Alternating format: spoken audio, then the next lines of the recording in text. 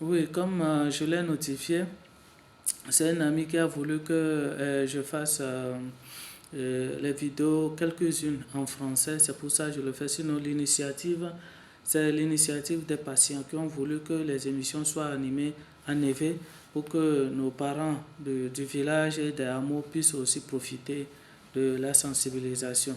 Parce qu'aujourd'hui, beaucoup d'entre eux sont sur les réseaux sociaux. Donc, nous avons parlé des perturbateurs hormonaux qui sont très dangereux. Et nous avons notifié qu'on les trouve dans les plastiques généralement, dans les plastiques. Mais ils sont partout. Mais généralement, on les trouve dans du plastique. C'est pour ça que nous vous recommandons que peut-être si vous avez des enfants, des bébés, d'éviter de leur donner une bouillie et de préparer leur bouillie chaude et de les mettre dans des biberons en plastique. Parce que c'est la chaleur qui active ces perturbateurs hormonaux-là qui sont dans du plastique. Donc si la bouillie est chaude, elle va faire apparaître ces perturbateurs hormonaux-là qui vont se mélanger à la bouillie que vous donnez à l'enfant.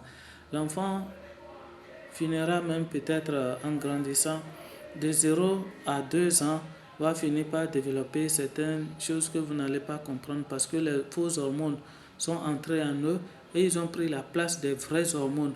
Or, la plupart des tissus de l'enfant qui devaient normalement se développer le font en collaboration avec les hormones. Si ces faux hormones-là viennent bloquer les vraies hormones, c'est qu'il y aura des malformations. Voilà, c'est pour ça généralement certains enfants naissent très bien, mais au fur et à mesure que le temps passe, vous remarquez que l'enfant devient paralysé.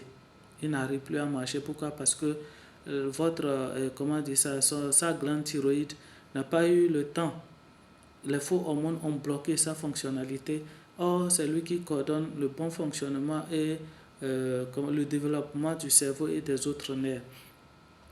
Donc, l'enfant, vous avez des enfants qui sont paralysés, c'est parce que vous leur avez peut-être dans leur alimentation, vous avez mis ces faux hormones-là. Et les aliments aussi qui viennent d'ailleurs, pourquoi ne pas utiliser les aliments que vous avez ici, non seulement pour vous-même, mais aussi pour vos enfants? Vous voyez? Donc, et nos frères et sœurs aussi qui utilisent, qui font du jardin, pourquoi ne pas vous approcher des agronomes que le gouvernement a formés et a mis à votre disposition? Approchez-les. Il y a des points focaux partout, les points focaux du ministère de l'Agriculture. Abordez-les, ils vont vous expliquer comment utiliser ces pesticides et ces herbicides-là. Normalement, même vous n'avez pas besoin des herbicides. Vous n'avez pas besoin aussi des pesticides pour cultiver vos légumes. Vous voyez, donc quand vous les mettez sur les légumes aussi vont s'imprégner de ces faux hormones-là. Donc ces faux hormones-là sont dans des produits chimiques. Ils sont partout. Donc quand nous les ingérons en nous, ils vont prendre la place des vraies hormones et il y aura de la perturbation entre nos organes. Et vous allez avoir de sérieux problèmes, surtout en l'occurrence nos enfants. C'est pour ça que nous disons que par exemple dans la voiture, vous la garez au soleil. Le tableau de bord, les chaises, les fauteuils de vos voitures sont en plastique. Donc quand vous mettez la voiture au soleil, cette chaleur-là va activer ces perturbateurs hormonaux-là dans la voiture. Quand vous venez, donc, il faut baisser les vitres pour que l'air entre dans la voiture. Surtout quand vous venez chercher l'enfant à l'école, vous devez normalement non seulement baisser les vitres, mais amener la voiture sous un arbre pour que la fraîcheur, la chaleur diminue avant que l'enfant n'entre. Si vous préparez les repas pour les enfants dans les glaciers plastiques, attendez que ces aliments-là se refroidissent avant de les mettre dans les glaciers. Sinon, les enfants, normalement à partir de 0 à 2 ans, il y a des développements des tissus qui se font. Maintenant, à partir de l'adolescence ou de la puberté, certains tissus aussi commencent à se développer correctement, à savoir les tissus utérins et autres là. Maintenant, quand vous ne faites pas attention à vos enfants et qu'ils s'imbibent de ces faux hormones, qu'est-ce qui va se passer? Ces faux hormones-là vont perturber parce qu'ils vont venir prendre la place des vraies hormones. Vous voyez, et c'est ça qui fait que vos enfants n'ont même pas encore 8 ans ou 9 ans. Elles commencent à avoir les seins, elles commencent à même avoir leurs règles, leur menstruation. Vous voyez que c'est dangereux. Et certains enfants aussi, si vous ne faites pas attention, qui sait, ils ne vont pas bien grandir. C'est ça qui fait que certains enfants deviennent asthmatiques alors que dans la famille, il n'y a pas d'antécédent. Ils n'ont pas un parent qui est asthmatique. Pourquoi? Parce qu'ils sont imbibés par les perturbateurs hormonaux. Et aussi, il faut parler aussi des savons que nos mamans mettent sur leur tête pour rendre leurs cheveux lisses. Nous avons parlé de ça ici. Nous avons déjà défini cela. Pourquoi ne pas garder vos cheveux naturels? Vous savez, le Créateur Jéhovah, qu'est-ce qu'il a fait? Il sait pourquoi il a donné la peau blanche à certaines personnes et la peau noire à certaines personnes. Et si il sait aussi pourquoi il a donné les cheveux crépus aux noirs et donné les cheveux lisses aux blancs. Nous avons, nos cheveux sont secs, pas complètement secs, c'est-à-dire la quantité d'eau que nos cheveux ont, ce n'est pas la même quantité de cheveux que les blancs ont. C'est pour ça que leurs cheveux sont lisses. Pour nous, Jéhovah l'a fait de sorte que ça soit aussi une beauté pour nous. Donc si vous voulez ressembler à certaines personnes aux blanches, non seulement vous allez vous faire du tort, vous allez aussi vous créer de problèmes. Aujourd'hui, la plupart d'entre eux nous ont fait savoir que tout ce que nous faisons, c'est mauvais. Vous voyez, par exemple, nos nourritures, vous avez préféré leur nourriture. Certains même vont jusqu'à dire que la médecine africaine est mauvaise et que ça bloque les reins. Alors, si tel est le cas, en Europe, aux États-Unis, Asie, toutes les personnes qui ont l'insuffisance rénale sont plus nombreuses que ceux qui ont l'insuffisance rénale ici en Afrique.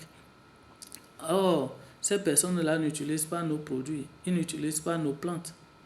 Ils utilisent leur médecine, mais quand même, et pourtant, ils ont tellement d'insuffisance rénale chez eux, plus que chez nous.